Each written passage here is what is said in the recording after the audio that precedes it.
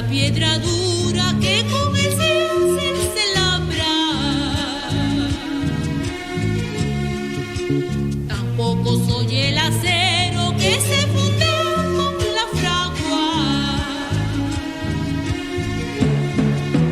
Yo soy el agua de puna que labra las cordilleras.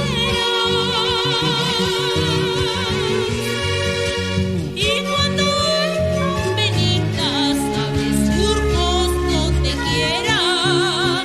Y cuando hay penicas, aves surcos donde quiera.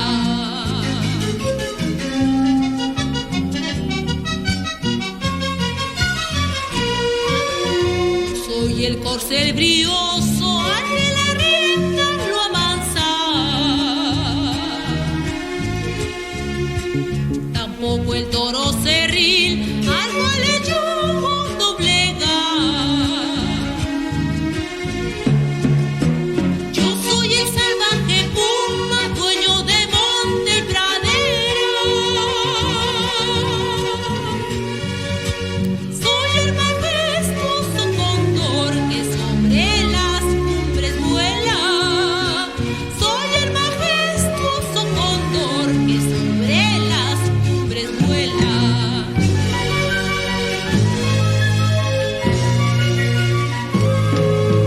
Yo soy el huayno peruano que desde los Andes llega.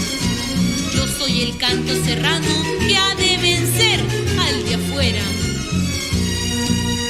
No soy la ola de mar que a orillas desfallece.